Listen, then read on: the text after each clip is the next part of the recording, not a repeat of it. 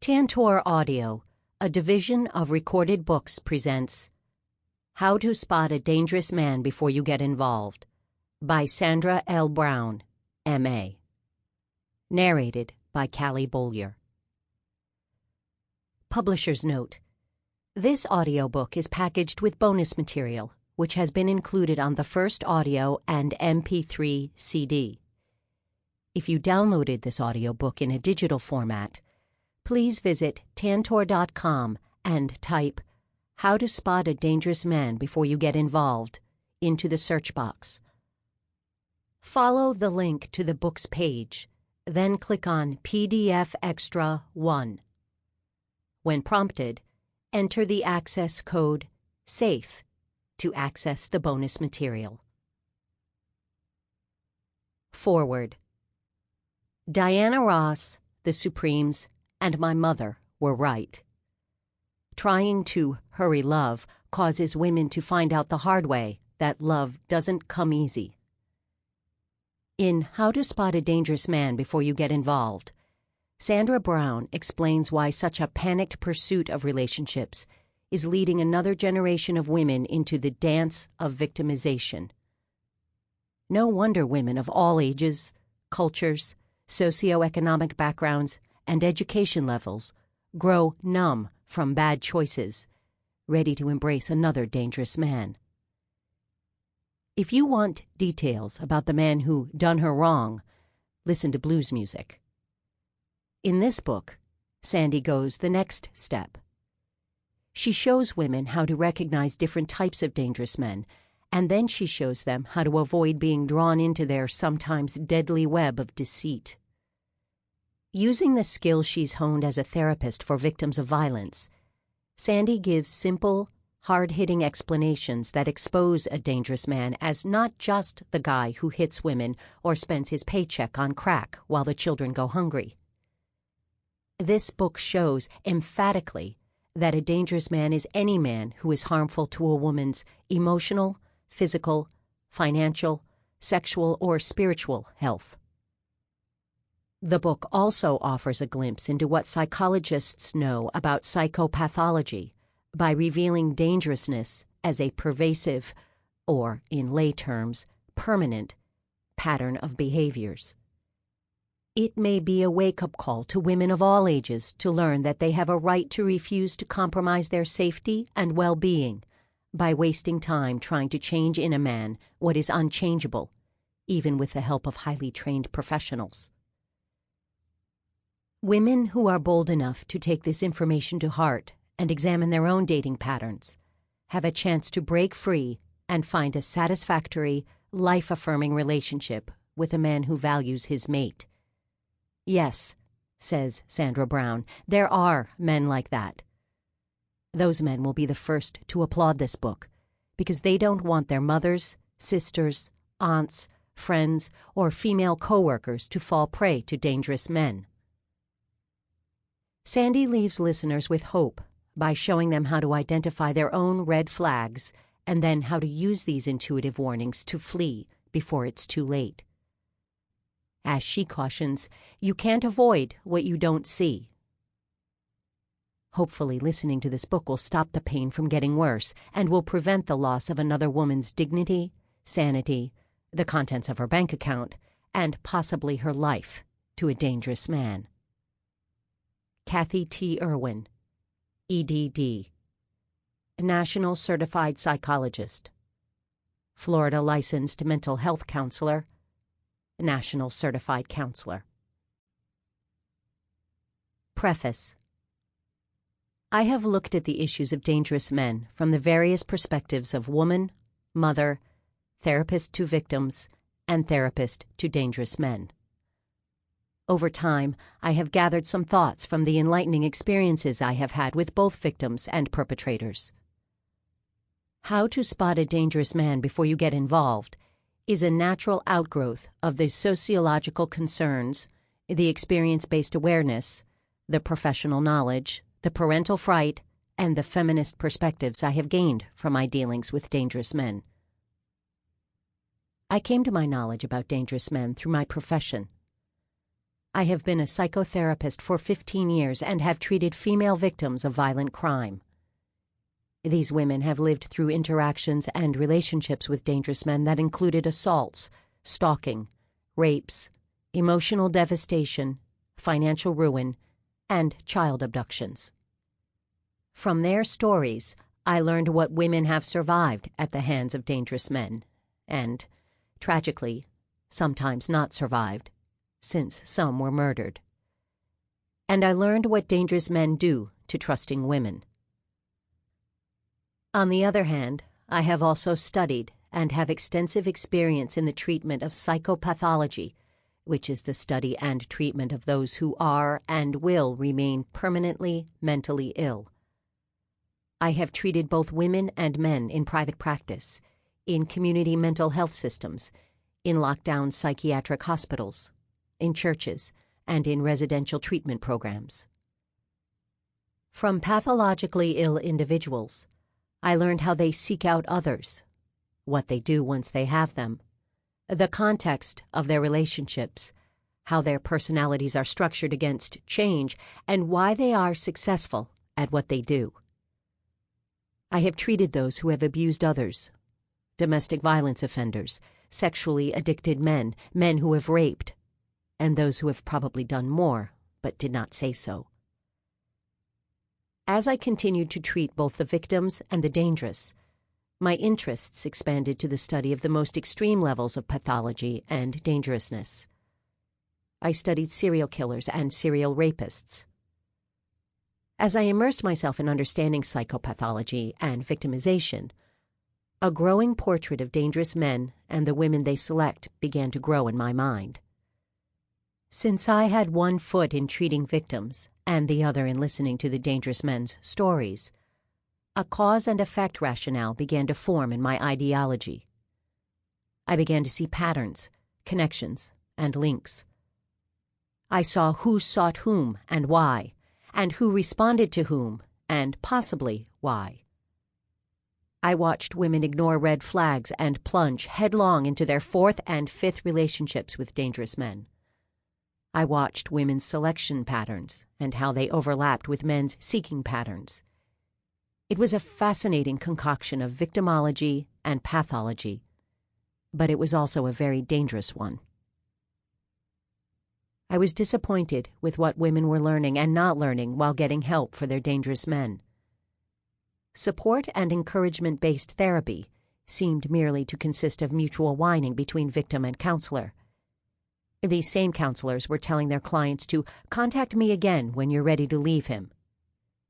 Women's cycles of selecting dangerous men showed few signs of being broken by this type of intervention. By the time the women were referred to me, they had suffered years of damage from various dangerous men, to the point where they perceived dangerous men as being just everyday guys. They no longer recognized their men's patterns as dangerous. They were numb from years of making bad choices. What did these women need to hear that they weren't being taught? What was missing in this dynamic that might have been the key to helping them get out for good? Not just help them get out of a current relationship with a dangerous man, but help them avoid all such relationships in the future. What was missing from the information that was routinely being given to women? I began to teach women what I knew about pathology, helping them understand why these men were dangerous and what would never change in these men because of their pathology was the only thing that made sense. Women began to get it. They learned to spot dangerous men earlier and earlier in their interactions with them, so that finally their lives were becoming more free of disasters and danger. My frustration also led me to write this book. The outdated programs we were using to reach women apparently weren't working. Since the 1970s, we professionals have watched women cycle in and out through our doors, constantly re-entering potentially deadly relationships. It appeared that women needed better tools for identifying dangerous men. You can't avoid what you don't see. This book is designed to do the same thing for you that my work with my clients did for them. It is designed to help you be able to spot dangerous men. With any luck, this book will help you and other women recognize these men as well as listen to your inner cues and hunches, 2 skills that will allow you to make better decisions about who to date and have relationships with. The names and identifying characteristics of all the individuals mentioned in this book have been changed in order to protect their identities. Sandra L. Brown, M.A. January 2005. Introduction. Dangerous men exist in all of our lives. As a woman, I recognize this as a factor that affects all women. But as a mother, I saw a dating future for my own daughters that was full of young, dangerous men, and as a psychotherapist who treated female victims of violent crime, I saw the women who kept picking these types of men. As a psychopathologist, I also saw the dangerous men themselves in therapy. It is what people do not understand about pathology that puts them at risk for choosing pathological individuals to date and marry. Therefore, my goal is to make pathology understandable for the layperson so that any woman can know when a man is dangerous and pathological. I hope that focus will distinguish this book from others on violence, unhealthy relationships, and women's issues. Every chapter in this book contains stories from one or more real-life women who got involved with a dangerous man or men. Some of these stories come from my psychotherapy sessions, either with women or with dangerous men themselves. Exactly how many women these stories represent is hard to estimate. I know I have heard hundreds of stories in my 15 years of practice. Other stories in the book come from women I have known in my personal life, women who I have watched engage in a dance of victimization with the dangerous men they have dated. My women friends also sent me to their friends who had their own stories of dating dangerous men. Some of those stories are also included here. I obtained still other stories from a posting I placed on the internet asking for women to tell me their dangerous men stories. I received about 50 responses to my posting from the United States, Canada, England, Australia, Israel, and Indonesia. Some of those stories are included here. All the women I interviewed, whether face-to-face or over the internet, were asked specific questions that examined their own mental health issues, the childhood messages they received from their families of origin, and their beliefs about society, culture, and women. The questions also covered the women's dating histories, including how many men in total they had dated, how many were dangerous men, what categories of dangerous men they had dated, how the women's red flags had made themselves known, why the women had ignored their red flags, what it had cost the women to ignore them, and what the outcome was. To the degree I can show each woman's demographic profile in her story, I try to do so.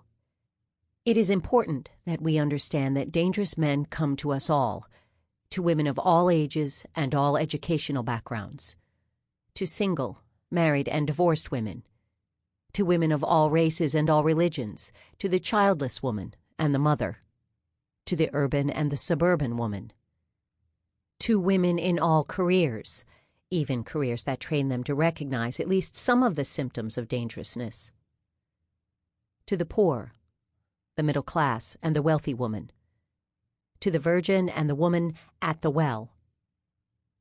Getting involved with dangerous men is a universal experience.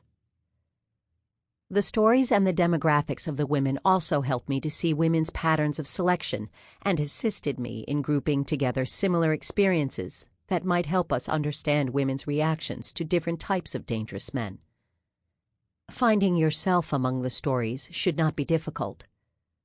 We all have a scary time in our own dating history, as well as a future that could potentially include a dangerous man. The best way to use a book like this is to be open and receptive to honestly evaluating your own previous dating selections.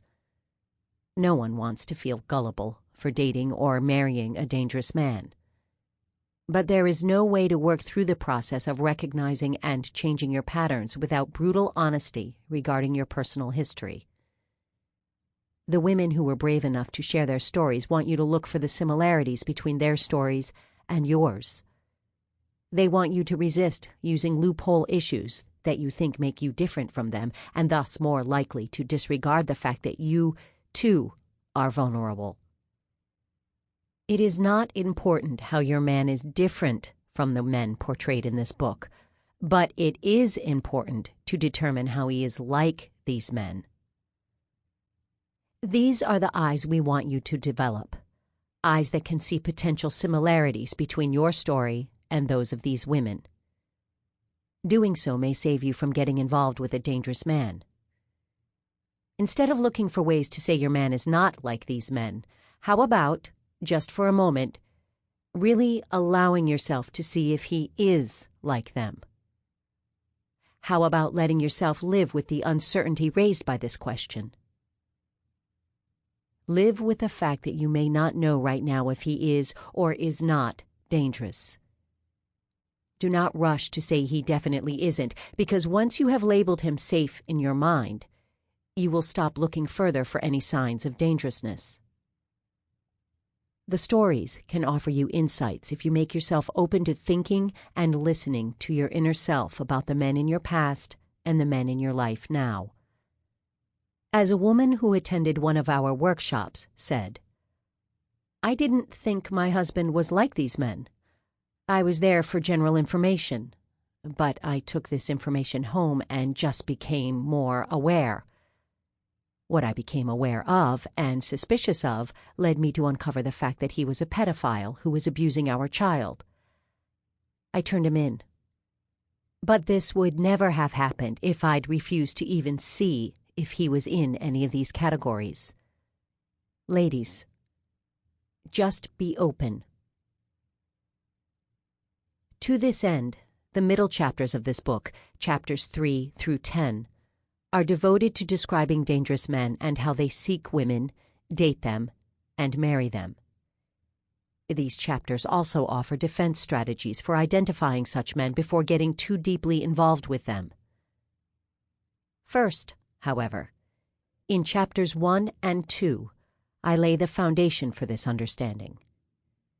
In chapter 1, I offer a working definition of what I mean by the term dangerous man, and I outline the various categories of dangerous men. I also discuss which of these men have clinically pathological disorders. In chapter 2, I show how women have a biologically built-in red alert system that warns them against danger of all kinds, and I discuss how and why many women have allowed this internal alarm mechanism to become dismantled. Chapters 11 and 12 are devoted to discussing warning signs that indicate a bad dating choice, elements of healthy boundaries and relationships, and women's own self-sabotaging behaviors and thought patterns. In addition, the bonus PDF contains a questionnaire titled, "Am I in danger of dating more dangerous men?" Take this quiz to see if you are at risk for repeating dangerous dating choices.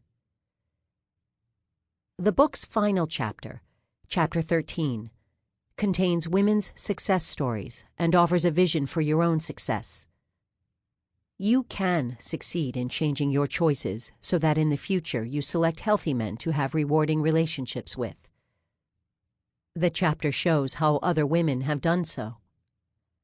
And finally, in the bonus PDF, the Resources section suggests other books to read and websites to visit, but it also lists sources for obtaining help. If you are in an abusive or potentially abusive relationship, please avail yourself of one or more of the resources listed there for victims of domestic violence.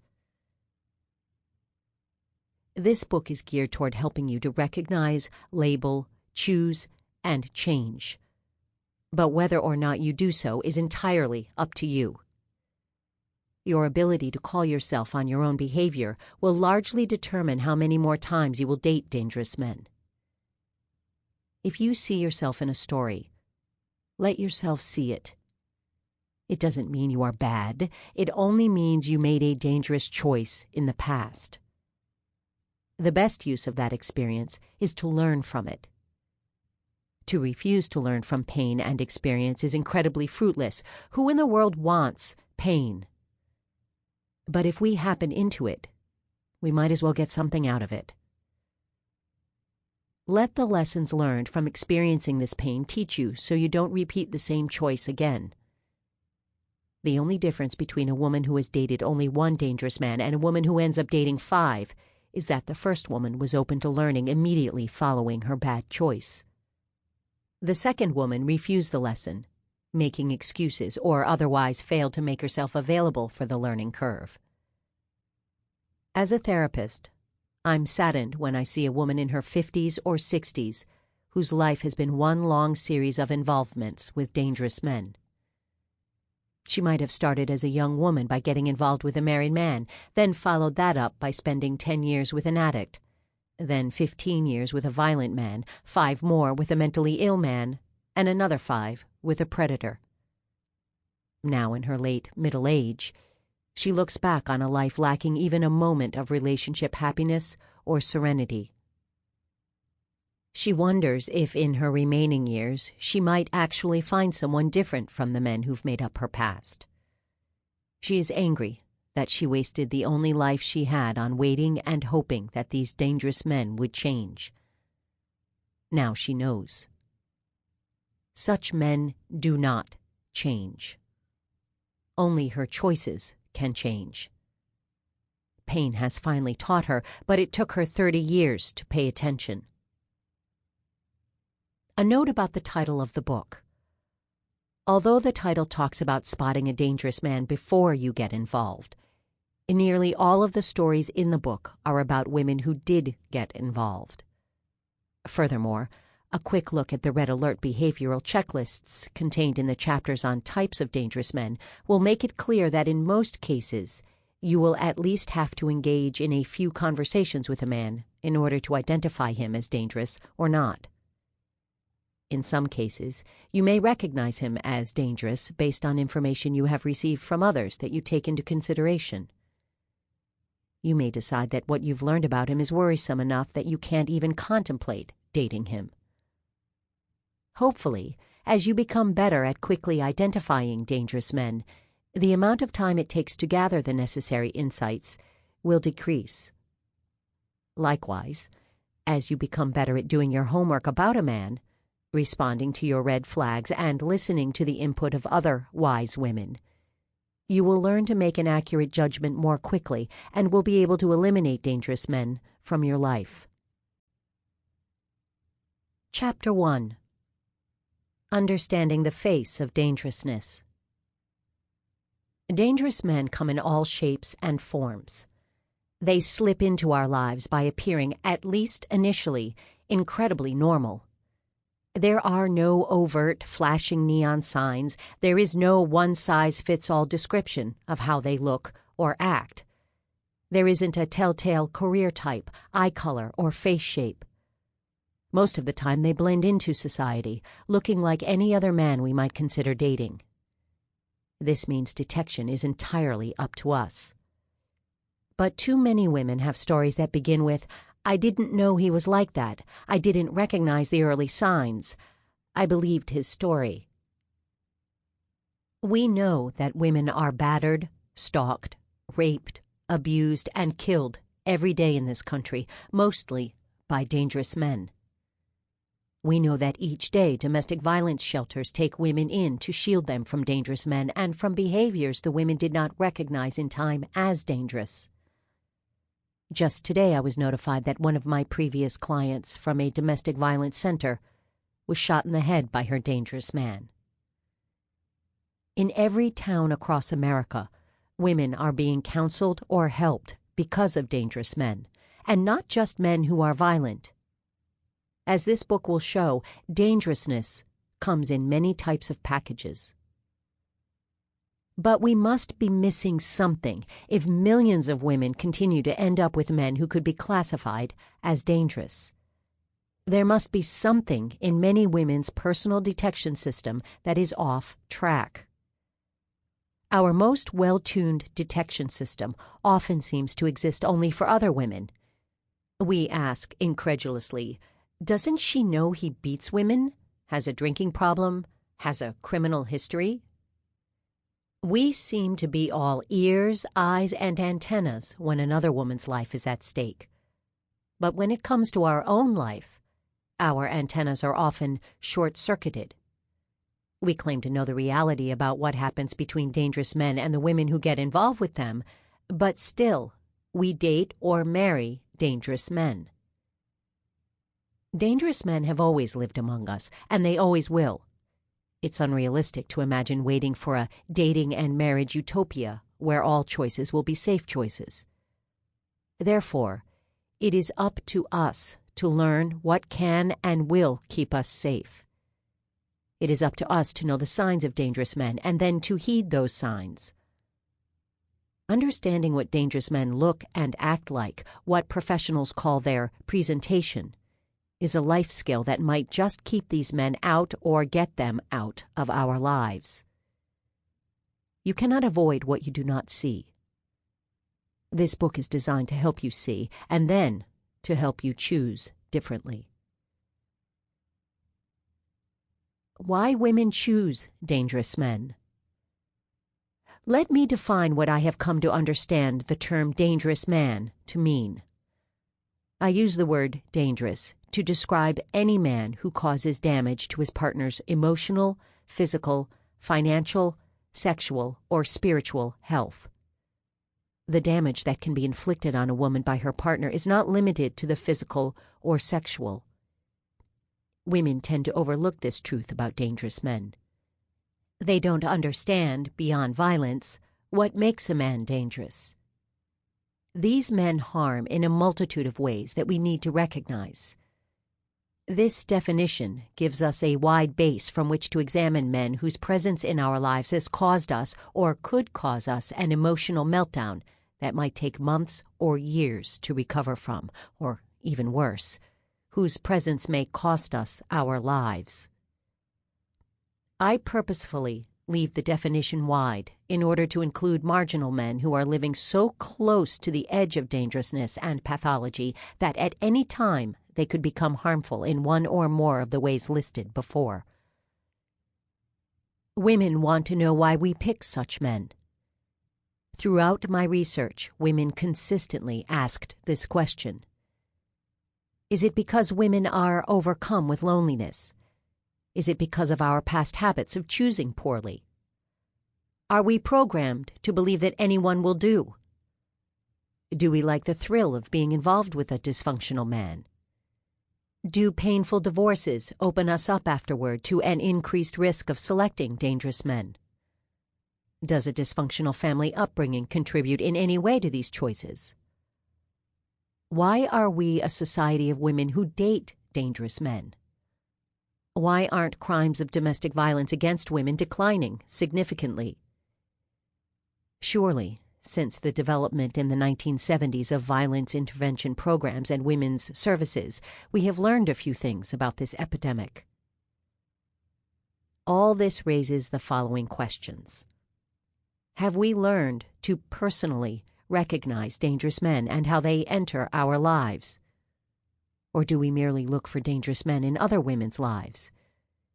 Do we intimately understand this phenomenon for ourselves, and have we applied the knowledge to making meaningful changes in our lives? The answer to these questions must be no. The awareness that dangerous men really do exist appears to be knowledge many women don't apply to their own lives. Yet most of us claim to know something about bad boys. We've heard rape prevention lectures and other women's-oriented safety information. We've grown up learning physical defense strategies, but apparently not emotional ones. The universal awareness of the existence of dangerous men has failed to keep women safe. Could this be because the knowledge usually comes to us in the form of watered-down, naive-sounding warnings about bad men from our mothers and other elders? Have we talked in mythical-seeming generalities that have failed to help women sense, see, and avoid choosing dangerous men when they show up in our lives? Sample complete. Ready to continue?